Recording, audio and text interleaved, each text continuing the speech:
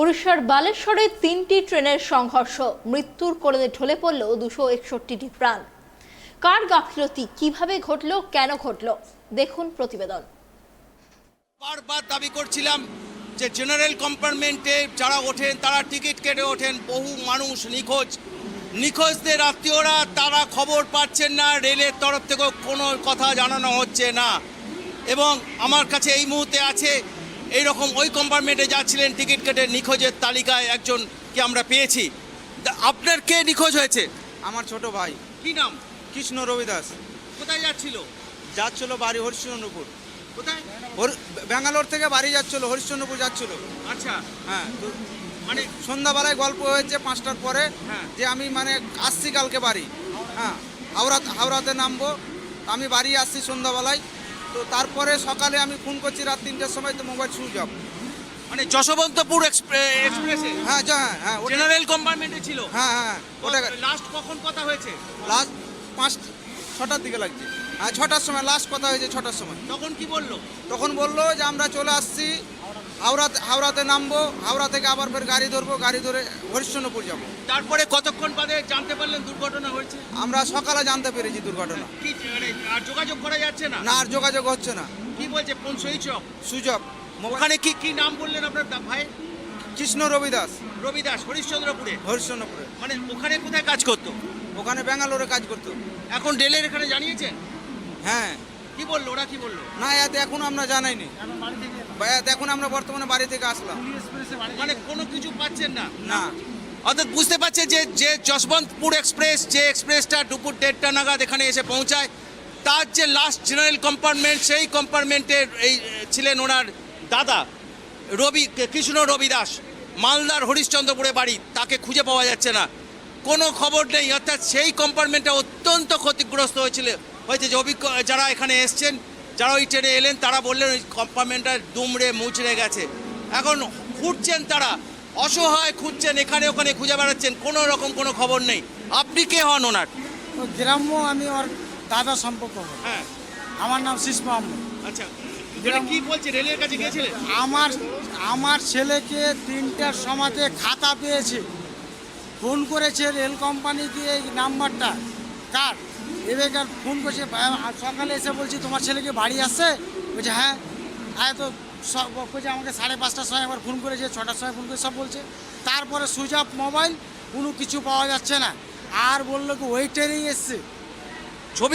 ছবিটা আছে মানে, অর্থাৎ বুঝতেই পারছেন যে এইরকম তারও খবর নেই। না, তারও খবর নেই, দুটাই আউট আছে।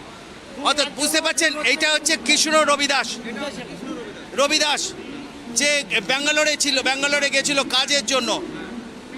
ঠিক এর দাদা, তাকে খুঁজে পাওয়া যাচ্ছে না। এর সঙ্গে আরেকজন ছিল, তাকেও পাওয়া যাচ্ছে না, তারও ছবি আছে। এরা মালদার হরিশ্চন্দ্রপুরের বাসিন্দা। যে ট্রেনটা আজকে গতকাল করমণ্ডলের সঙ্গে অ্যাক্সিডেন্ট, যশবন্তপুরম এক্সপ্রেসের পিছনের জেনারেল কম্পার্টমেন্টের যাত্রী ছিল এরা। এদের খুঁজে পাওয়া যাচ্ছে না, নিখোঁজের তালিকায় এরা, যার হিসেব রেলের কাছে নেই। রেল বলতে পারছে না যে এই মানুষগুলো কোথায়। অর্থাৎ এই জেনারেল কম্পার্টমেন্টে শুধু টিকিট কেটে মানুষ উঠে পড়ে, তারপরে রেলের কোনো হিসেব নেই, এবং যার ফলে নিখোঁজ হয়ে গিয়েছে। অর্থাৎ এই মুহূর্তে তারা খুঁজে বেড়াচ্ছেন। কোথাও গেছিলেন? আমরা ফোন করছি, সব হসপিটাল খুঁজছি, এখন বলে পাওয়া যাচ্ছে না।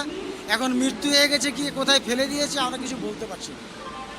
অর্থাৎ বুঝতেই পারছেন যে কোথায় খুঁজে পাচ্ছেন না। হসপিটালে ফোন করছেন, পাগলের মতো খুঁজছেন। অর্থাৎ যে অবস্থা দাঁড়িয়েছে, যে নিখোঁজরা সত্যিই আদৌ তাদের খোঁজ পাবেন কি না জানে না তার ভাই, সত্যি খুঁজে দেওয়া সম্ভব হবে কি না।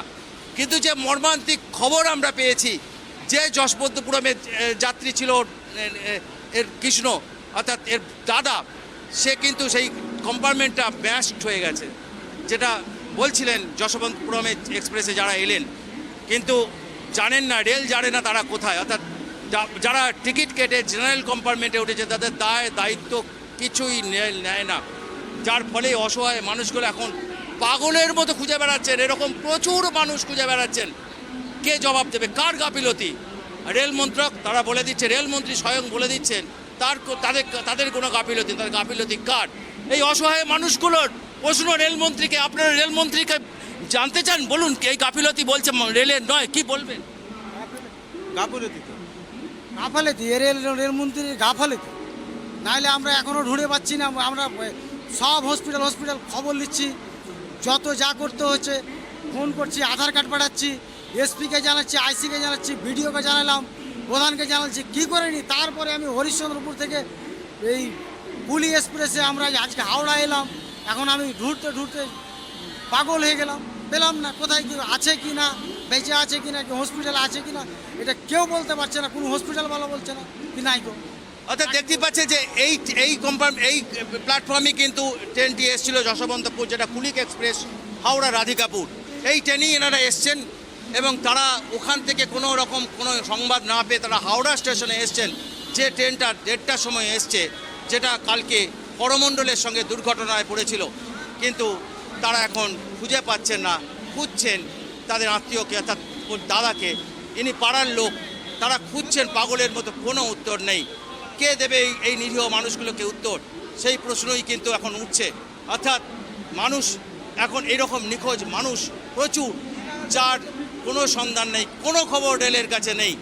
এটাই প্রশ্ন যে রেলের নিরাপত্তা নিয়ে কেন রেল মন্ত্রক ভাবে না, যার ফলে নিরীহ মানুষগুলো আজকে স্বজনহারা হয়ে আজকে তারা কেঁদে কেঁদে ঘুরে বেড়াচ্ছে তার আত্মীয়দের খোঁজার জন্য। এই চিত্রটা কিন্তু সারা আমরা দেখেছি প্রত্যেকটা জায়গায়, যেখানে স্টেশনে এই চিত্র ফুটে উঠেছে। সত্যি অবাক লাগে যে এর নাম নাকি ট্রেনের আধুনিকীকরণ, এর নাম হচ্ছে এগিয়ে যাওয়া। আমরা ট্রেনের নিরাপত্তাকে আরও এগিয়ে দিচ্ছি। শুধু প্রহসন। অর্থাৎ এই যে দেখছে যে কান্না, এদের চোখের জলের উত্তর কে দেবে? যে নিরীহ মানুষগুলো আজকে স্বজন হারা হলো, যে যারা নিখোঁজ হয়েছে তারা সত্যিই কোনোদিন আত্মীয়কে ফিরে পাবে কিনা, এখন কোটি টাকার প্রশ্ন। ক্যামেরায় সূর্য শঙ্কর অধিকারীর সঙ্গে Rajiv Dutta, tribe TV, Howrah station.